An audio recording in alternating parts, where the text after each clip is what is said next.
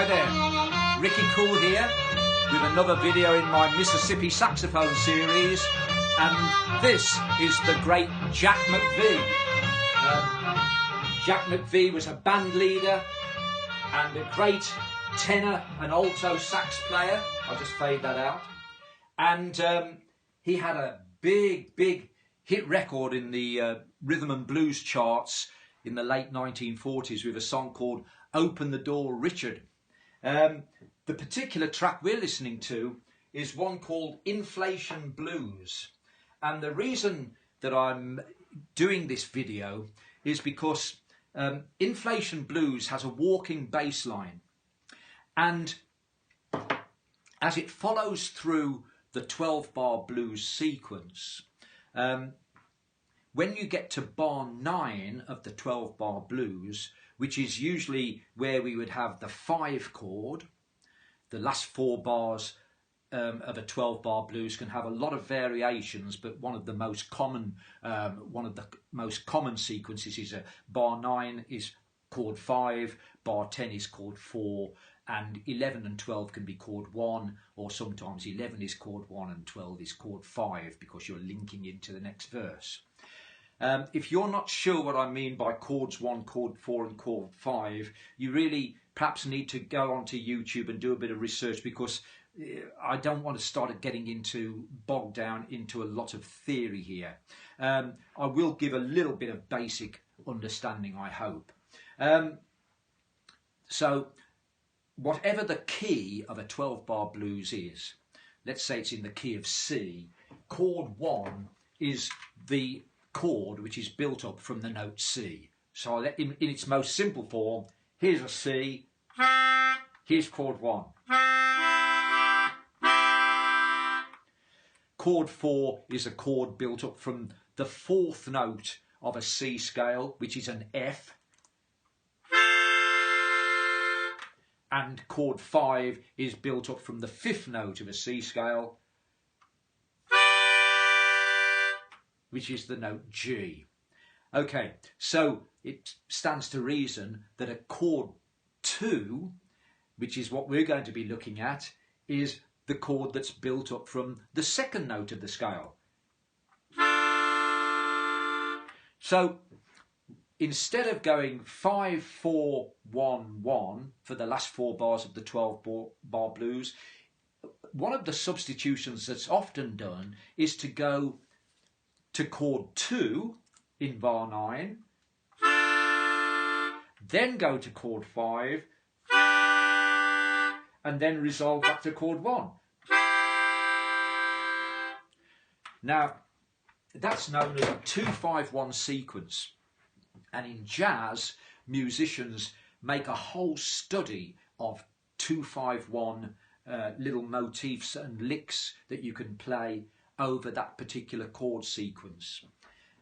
So we're going to hopefully delve into what some sort of jazz players have used, and also some sort of jazzy influenced blues players, and do probably I don't know about a number of videos, but certainly one other on the 2-5-1 sequence and how we can apply it to playing a regular blues number. So Jack McVie takes a solo in this number at around about 2 minutes. He comes in, I'll take it forward a bit. He starts off playing with the band and then he takes over on his own. So this is what happens. Now he's taken over. So he's coming up to the 5 chord now. Here we go.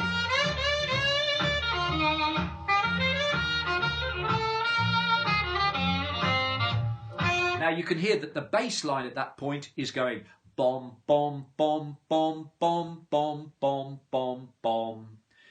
The first note that the bass player starts on is the note which is the 2nd degree of the scale that the blues is built on. So bom, and so that's where you play your 2 chord, bom, bom, bom, bom, then the 5 chord, bom, bom, bom, bom, and then you resolve back to the 1 chord, bom.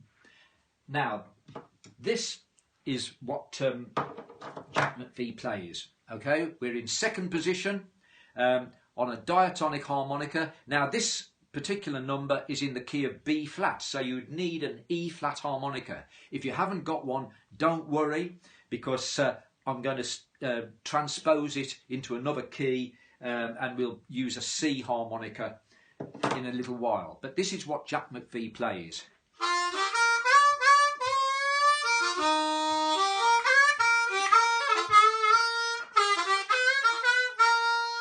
Now, I've had to just modify the ending of his little phrase a little bit because he goes below the range of my instrument. So I've just taken it up an octave. Here it is. Listen.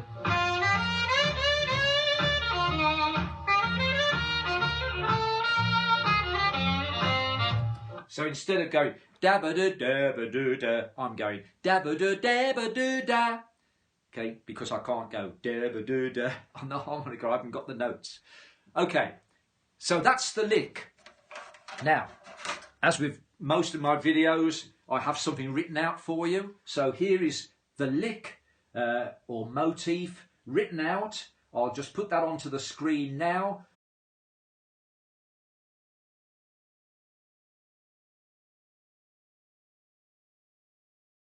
Okay, I hope you've got that.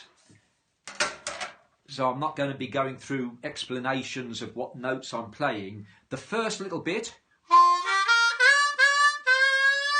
and you'll notice as it's written, I would be playing, but obviously you've got to put a bit of blues, you've got to put a little bit of spice into your sauce, add a few herbs. So I'm doing some little scoops there. And then that's the next little bit. What's going on there? Okay, so I've got a little turn. Okay, so if you look at the sheet, you'll see exactly what I'm playing there. And you'll need to break down this phrase and sort of practice it slow. And then, and that's the last little bit. Okay, so now let's move this along then into the key of G. So I'm now using a C harmonica, playing in second position. So, right, the same riff.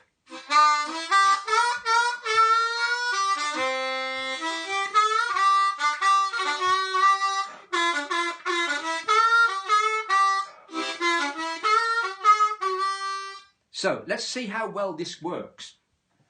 I've got a little MCCD sessions track lined up for you here. Mighty Chicago Shuffle in G. So let's see.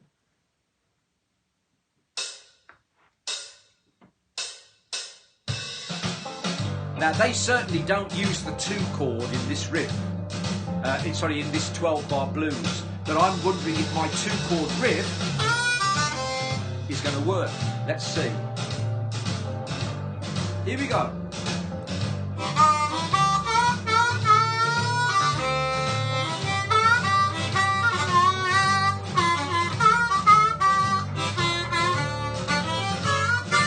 Okay. Well, I think it works. I like it. So let's try and apply this to another one. A different feel. Different key. I'm now using an A harmonica, so I'm playing in the key of E.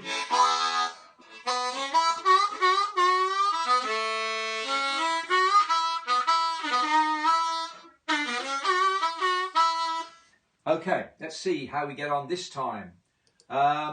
This is a groove shuffle blues. Right.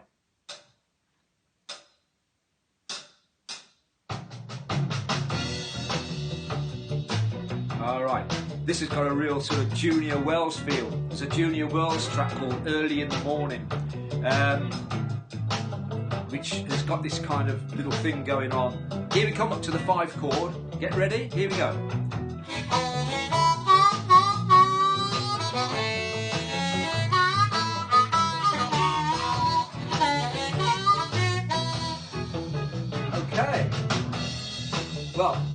I think there's going to be a lot we can learn from 2-5-1 sequences playing against regular blues. So there's definitely going to be more than just this video on the 2-5-1, because there are literally thousands of 2-5-1 licks which jazz musicians have developed over the years of studying this, and I'm sure we can delve into that and lift some ideas. So I hope you found this useful, and I hope it's whetted your appetite for what will come next. And I'm going to finish off by just sort of playing along with this. I'll put that little lick in again and see how it links to other things that I can dream up. This is Ricky Cool signing off, and if you haven't already subscribed to the channel, please do, because it really helps me to know that there are people out there who are appreciating what I do. And if you like the video and like the idea of the 2-5-1, a thumbs up and maybe some comments, and I'll try and respond to the comments if I can. All right, let's get back to this groove and play out.